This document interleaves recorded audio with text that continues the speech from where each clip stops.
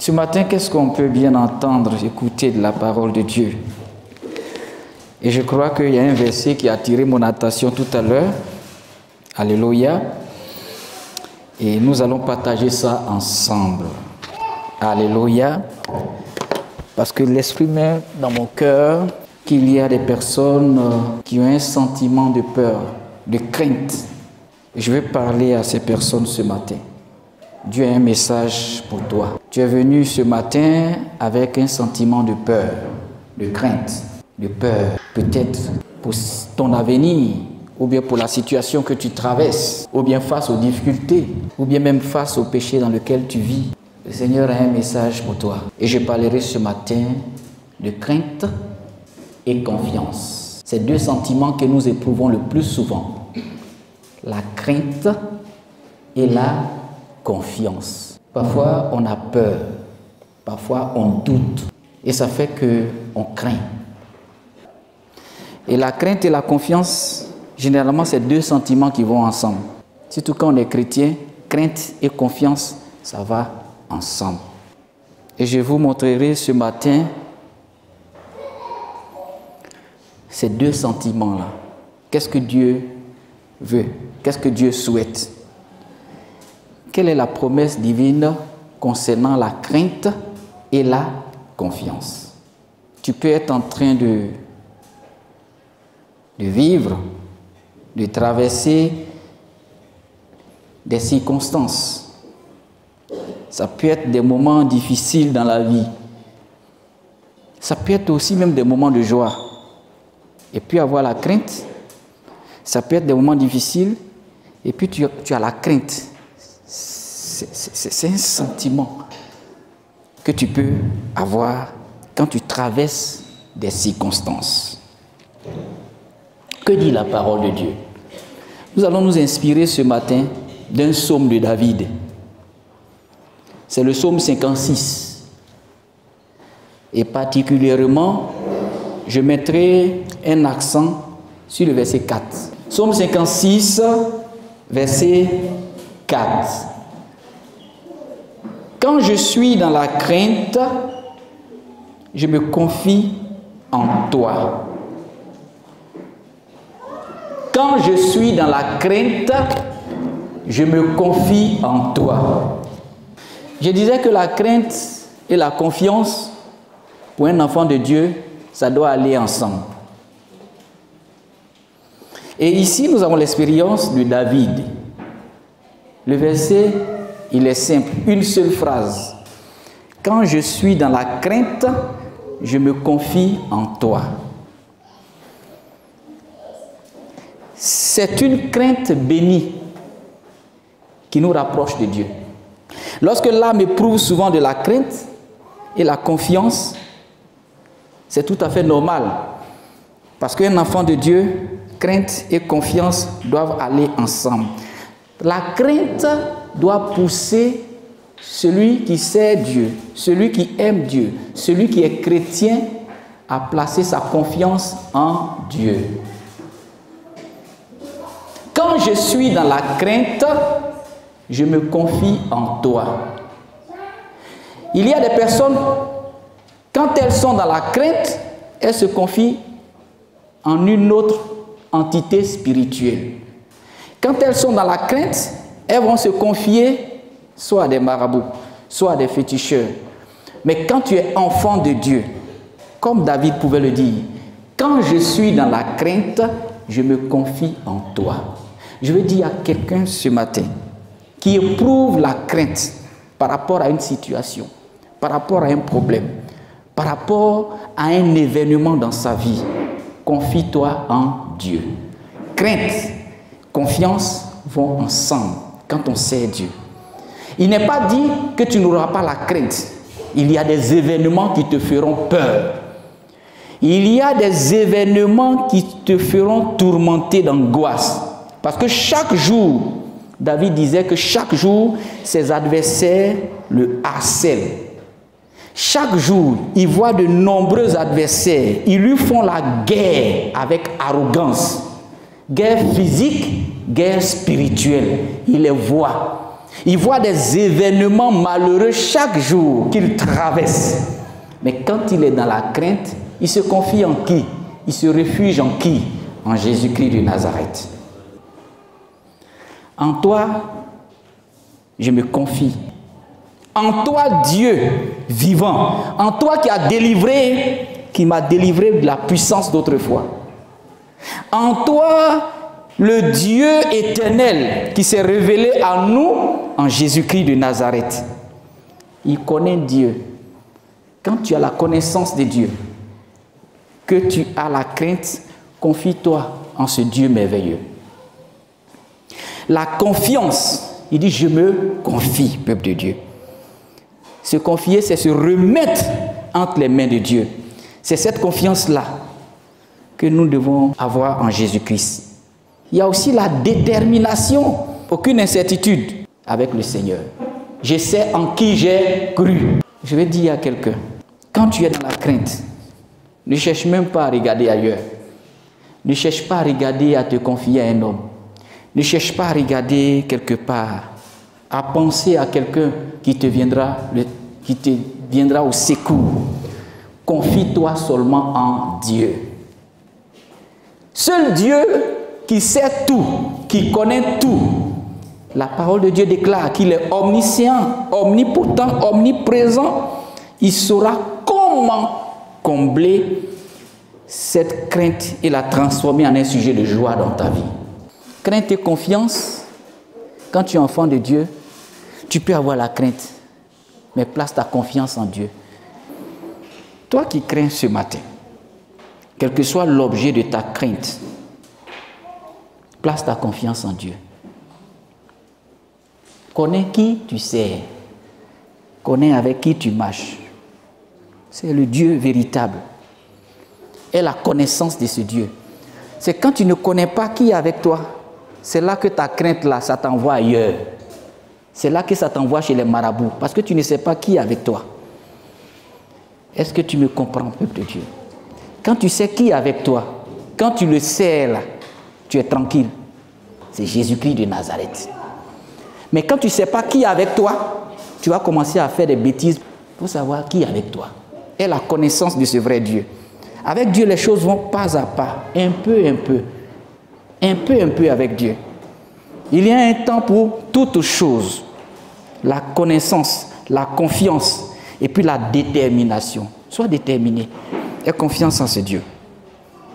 Le moment de la confiance, c'est quand tu es là, tu es dans la crainte. David dit, quand je suis dans la crainte, je place ma confiance en Dieu. Je ne crains pas. Donc le moment de la confiance, c'est quand je suis dans la crainte.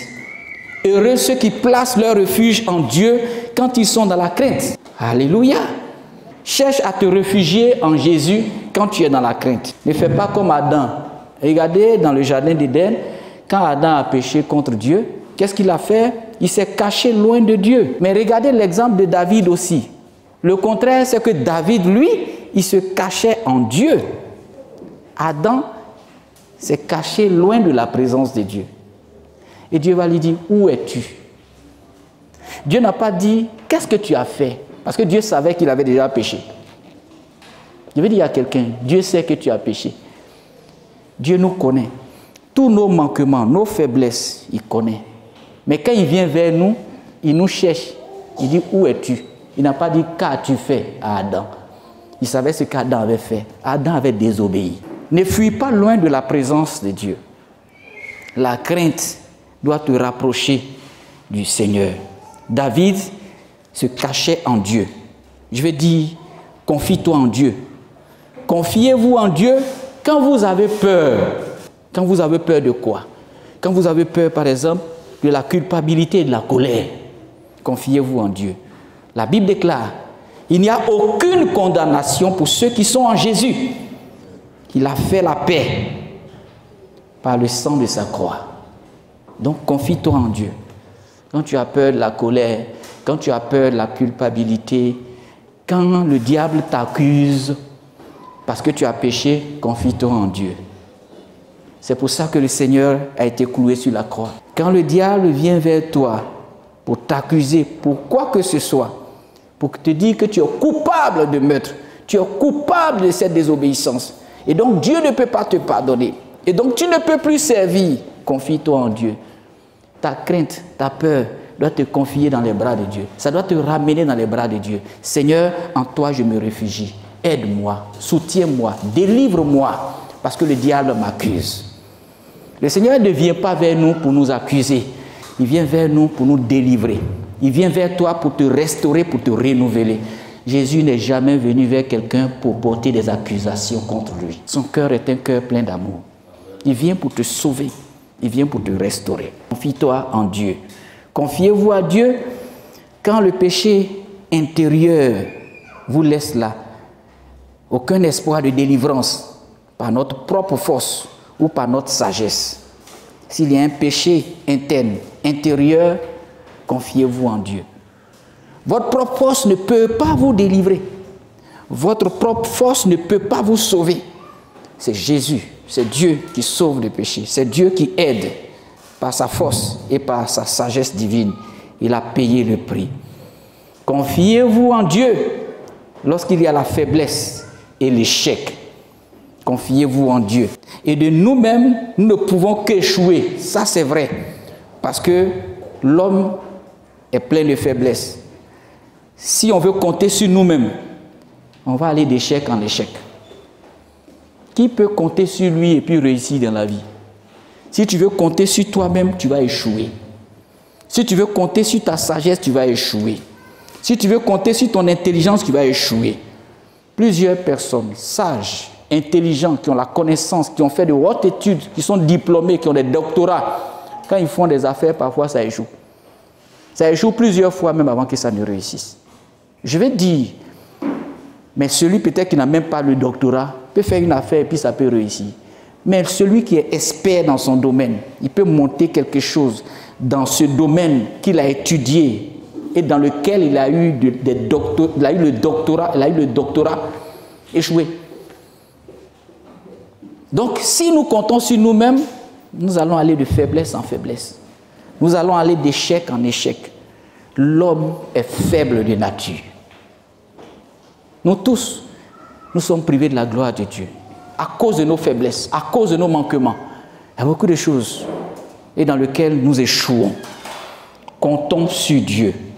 Quand nous prenons conscience de cela, alors il est temps de croire. Alors il est temps de placer sa confiance en Dieu plutôt que de placer ta confiance en ton diplôme ou en ta sagesse ou en ta qualité. Place plutôt ta confiance en Dieu. Quel que soit ce que tu es, quel que soit ce que tu connais, Dieu veut combler cette faiblesse. Et quand je suis faible, c'est alors je suis fort, déclare l'apôtre Paul.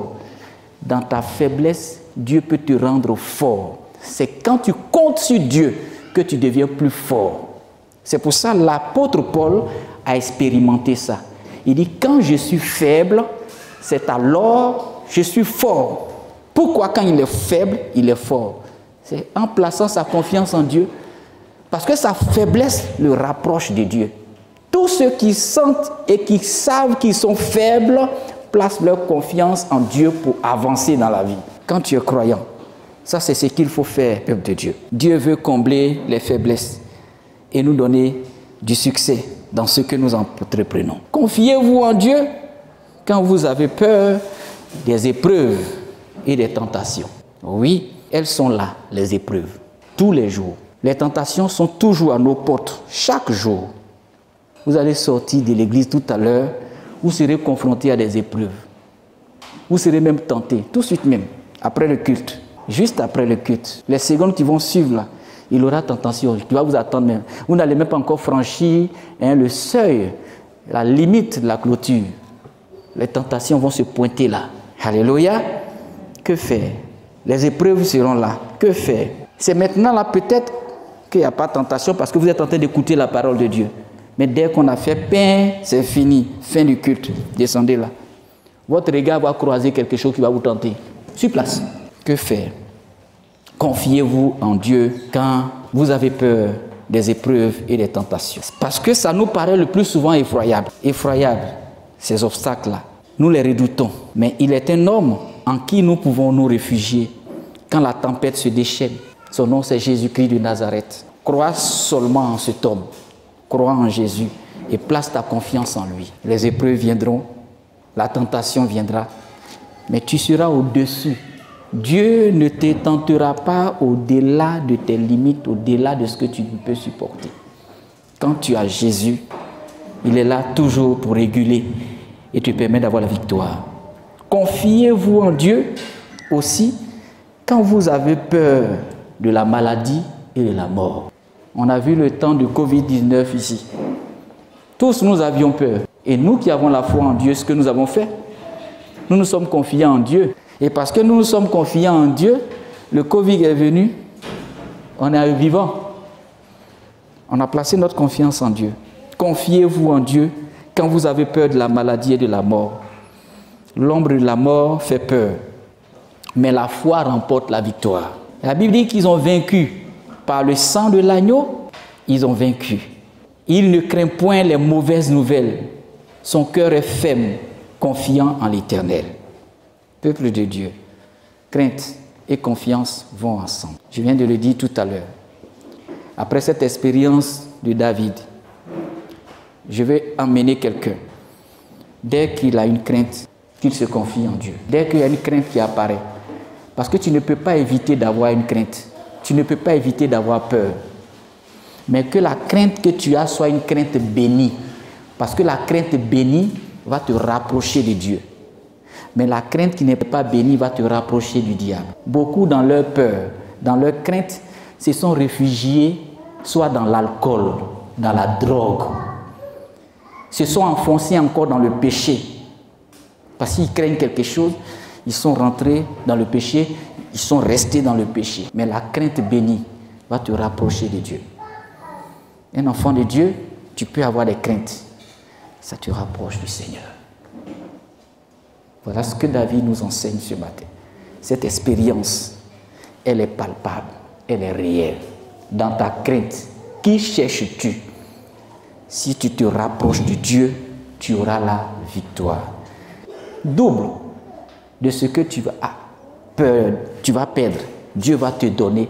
Quand ta crainte te permet de te confier en Dieu, tu auras plus que ce que tu es en train de perdre, que ce que tu es en train de voir comme problème.